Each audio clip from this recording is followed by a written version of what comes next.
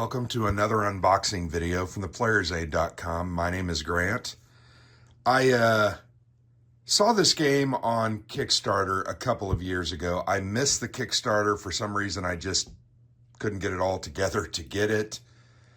But fortunately, it came out. It was produced a year plus ago. And I was looking around one day and I decided, you know what, I'm going to get this. So I found it. Amoral Games, or Amoral Games, is the name of the company that makes the game. This is their debut game. And this game is called Proxy War. Simple, straightforward. Love the evocative art on the front. The concept here with this game is it's a 2 to 8 player game, which is phenomenal. Played on a hex-based map, modular map board, because you can interchange the pieces and you create it. The whole goal of this is if you have 8 players, you have 4 foreign powers and 4 local powers. And all 8 are trying to win the game. I actually believe 1 foreign power and 1 local power will win every game. And it's based on, I think, the VPs that you get from control of tiles, and you add those values up. But the game is heavily steeped in negotiation, player interaction, working together, working against each other, alliances, that type of thing. And frankly, here at the Player's Aid, we love those types of games because they give you a lot of, once again, that player interaction keeps it interesting and unique. The game is not a standard size box. It's a little bit smaller, which I'm good with, right? I have a ton of big boxes on my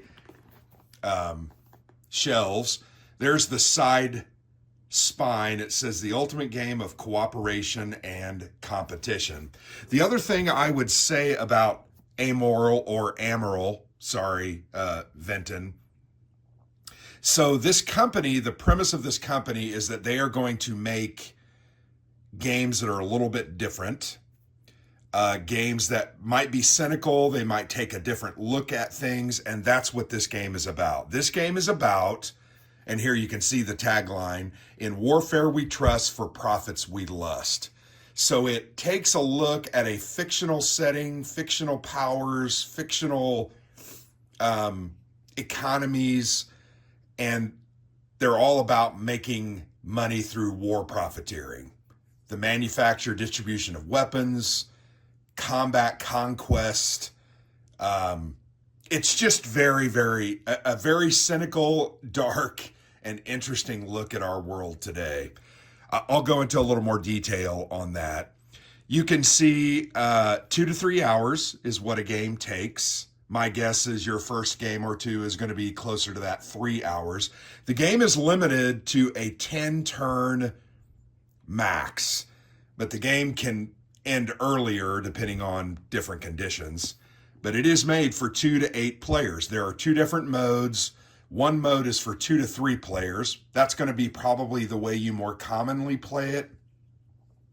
And then there's a mode for 2 to 8. And it's a fairly it's a Spartan game, right? New company, they're trying to make things, but they do have some very interesting and unique components and some unique concepts. So I'm very much excited about this. I wanted to do an unboxing because we're going to try to play this in April, at the end of April at Buckeye Game Fest. And I'm going to try to get a full boat of 2 to 8 players. But I do love the war. I love the pile of weapons here, and then the peace sign at the top. I just think it's a unique and interesting take. Let's go ahead and get that box top off. When you open the box, the first thing that greets you, and I've kind of rifled through this, but you've got a bag of your components, your playing pieces, dice, cards, a couple of different types of cards, and then a score pad. Let's go ahead and pop those open. I've already tried to unwrap some of these, the cards and other things, so that I can better show off the game. So here are some of the various pieces. We'll take a quick look at these. These are control markers, and you will see, yes, they look like what they look like. They are what they look like. These are simply plastic AK-47 markers. They stand up like this on the board.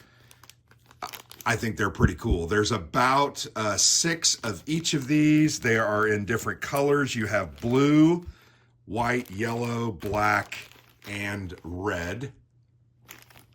They're all the same other than the color.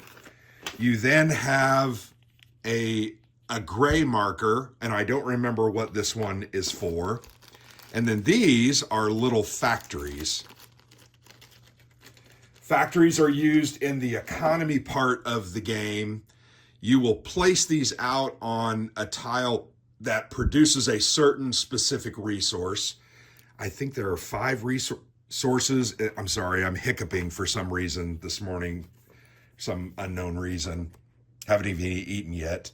Here, I want to make sure I get this right. This game deserves, I think, an interesting game, deserves a focused approach, and I'm very much into figuring out this game and figuring out how to play it.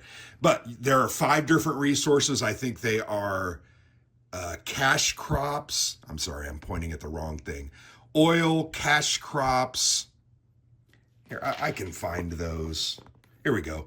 Cash crops, and I think they are shown with beans on the, so you can imagine possibly this is set in South America or Central America.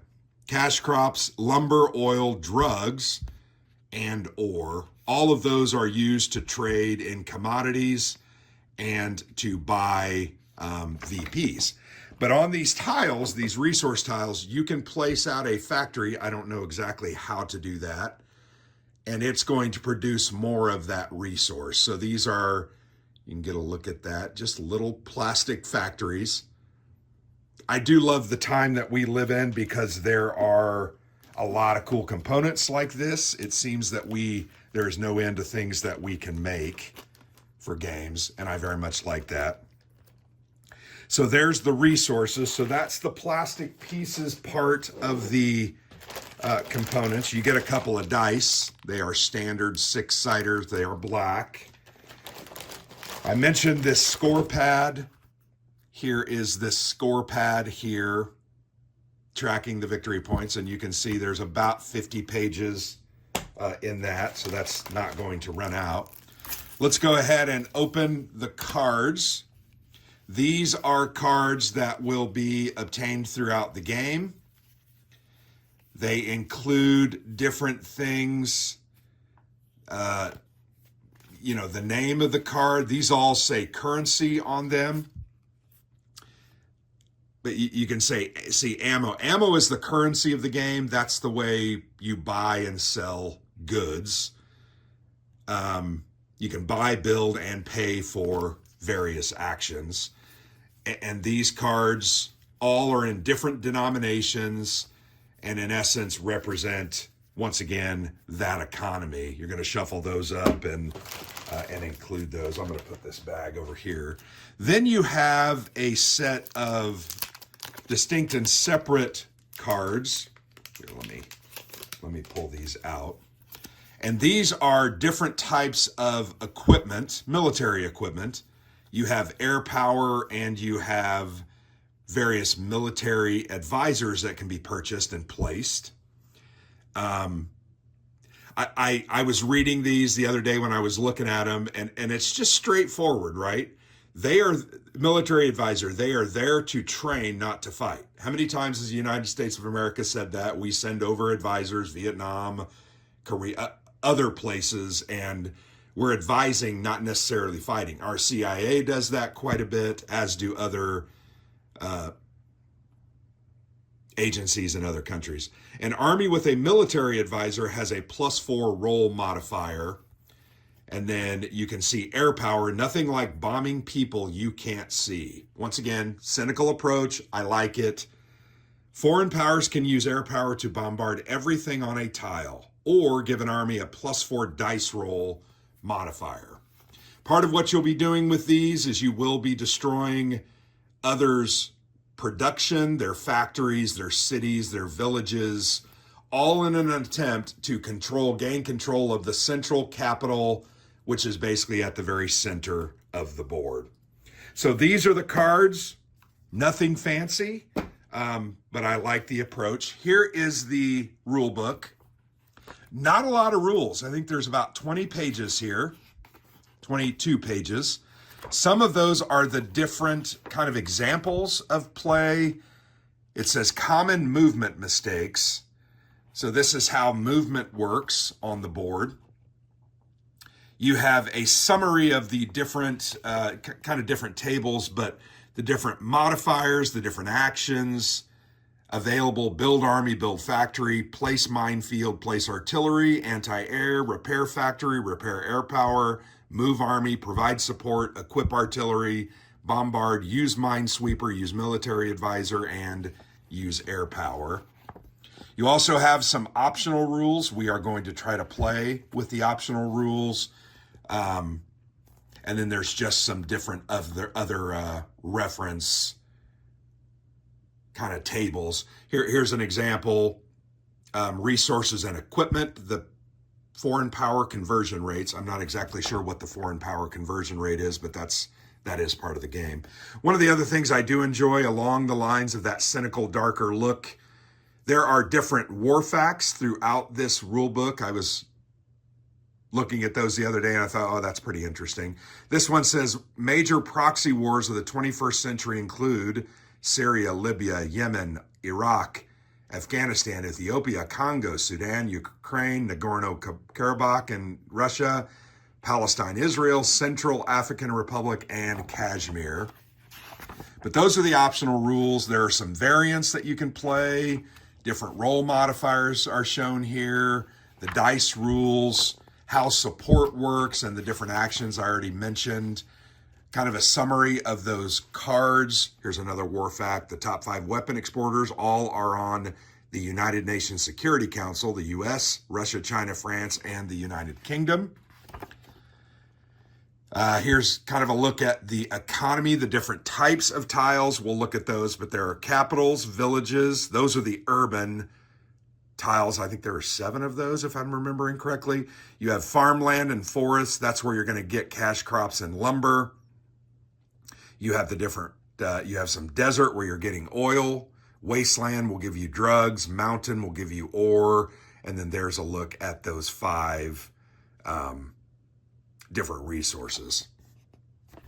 Very simple. I took a look at the rule book. I got about halfway through and it took me about 5 minutes. So there's the rule book. Now, as you get into the rest of the box, there's not a lot in this game. There are player cards, up to 8 of them. As I mentioned, there are 4 foreign powers, and then there are 4 local powers. Think of the local powers as your warlords or your insurgents, and the foreign powers as the generic governments. When you play a game, if you only play 2 players, somebody's going to be a local power, someone's going to be a foreign power. So you have to even it out. So when you play 8, 4 people will be local, 4 will be foreign. And then if you have an odd number, I think it said you roll. So you might have 3 local powers and 4 foreign powers. But you can see the player cards have your victory goal, earn the most VP by the end of the game. That is the same victory goal for everyone, every one of the foreign powers. And then the locals' victory goal is to eliminate other local powers and to control the capital. On the foreign power cards, they have how you get VP, action phase summary, DRMs, dice roll modifiers on the back. You have some other kind of tables, and those are all the same. And then on the local powers, you have kind of a different set. You have the values of the different resources. You have the cost of the different equipment, DRMs as well, and then your summary actions with those described in greater detail on the back. And I mentioned at the beginning, these are Spartan. These are fairly basic graphic design, right? Nothing overly done, very functional, not a lot of color, but I think this is going to play pretty well. The only and final components in the game, you have about 2, 4, 6, 8. You have 10 of these counter sheets. They are not dual-sided counters. They are single-sided counters. I thought there were some. Nope, they're not all. They're all single-sided. But these are the resources, basically. You have the drugs, and drugs help armies to fight with better DRMs. You have oil. You have cash crop, and remember I mentioned those are coffee beans. You have lumber, and these just pop out. They're pre-rounded, so you're not going to have to clip these in any way, and they're going to be nice and tidy. You have the values of these crops or resources in the upper right-hand corner. But yeah, nothing overly fancy, but these work. So that's a look at the resource tiles. I'll move those over here. You also have some of the equipment. You have the air power. These are minefields, and then these are mine sweepers. These are the different colors. Remember, there's the 5, 6 different colors. These are control markers. They're just simple, single-sided flags. And then here, well, and here's the other, the other resources ore. It shows gold bars. And then there's those control markers. I'll move that. So here's an example of a terrain tile. Has a number at the top, and then it has the resource that these create. This is a desert, therefore it creates oil. I'll try to assemble. I'm not going to look at all those, but I did want to show you a couple of the different, there's artillery assets as well. So this is the urban center or the capital. So this is the objective that everyone is fighting over, trying to get to. These are not wastelands, villages. Villages are the source of ammunition, which remember is a currency in the game. There's a bunch of those. Here are villages. I said this was the urban center, but no, that is the capital. These are the villages, or these are farmland. I'm sorry. You can see they create cash crops. I'm going to pop a couple of those out. Here you have wasteland is what that is called. They create drugs. Trying to just here are the mountains. They're going to create ore, although that's an interesting thing, and I don't remember reading much about this. This has no ore marker, but this has an ore marker, so I'm wondering if that's significant. Maybe only certain mountains create ore, and that makes sense. Here are forests. That's where you're going to get your lumber. Here are more. There's a forest, and then these are deserts, and you'll notice there are some blanks. So yes, maybe not every resource or every tile creates a resource. So I'm going to go ahead and show you just a simple, I'm going to put that urban center at the center there. And you're basically going to create 3 rings of hexes going out. So I'll show you, you'll line them up like this. So this board is going to be a bit movable, meaning you're going to have to be a little careful when you play it. But that gives you an example. You're going to set up a board like that, and then you're just going to follow that up until you've created 3 rings around it, and that's going to create the board that you end up playing on. So there you have it. Proxy War from Amoral Games. I keep wanting to say Amoral Games, but I think it's probably Amoral, but it could be Amoral. I'm not really sure. But there you have it. That's a look at the game. I think it looks pretty cool. I'm going to be honest. I'm excited to try kind of this approach or look, because I do enjoy games that have this kind of a bit of a cynical look at the world and things that are going on. Very much excited about it.